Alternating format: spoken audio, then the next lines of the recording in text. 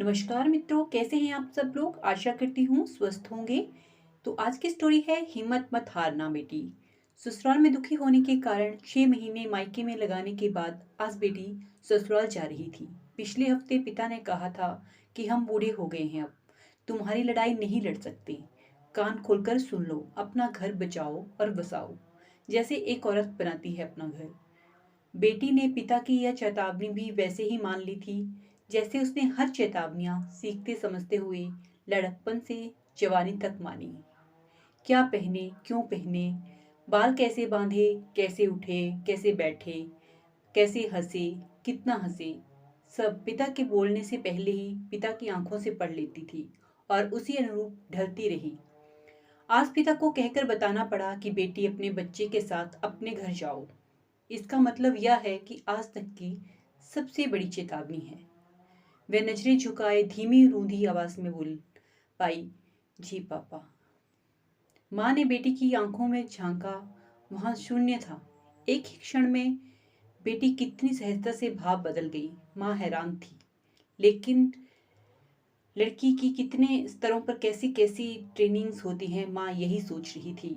यह समाज कैसा है। माँ ने पिता की आंखों में झांका। वहां अजीब सी विरक्ति फैली हुई थी। माँ का कलेजा अंदर से फटना चाह रहा था कि एक औरत कैसे बनाती है घर। यातना, बलिदान और गुलामी, माँ सोचती रही। सुबह पिता दामाद जी से बात कर रहे थे कि स्टेशन पर हमारी बेटी पहुंच जाएगी बेटा, आप उसे चाहे जैसे रखना चाहते हो वैसे रखो, आप उसे बस स्टेशन से रिसीव कर लेना। बेटी ने दामाद से बात करते हुए पिता को देखा तो अंदर से रो पड़ी।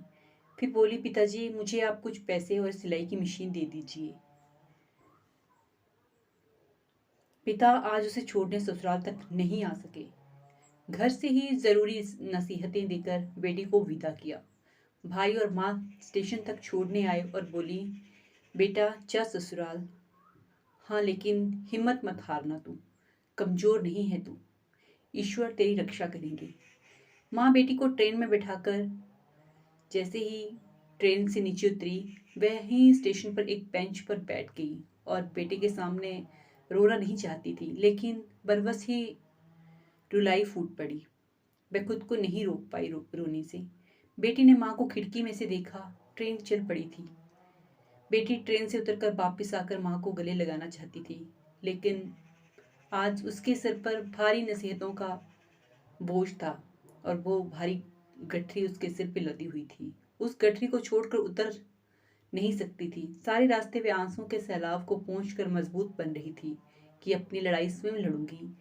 अब स्वयं मुझे अपने पैरों पर खड़े होकर मेरे बच्चे को अच्छी शिक्षा और संस्कार देकर कि इस संसार को दिखाना है कि मैं कमजोर नहीं हूँ।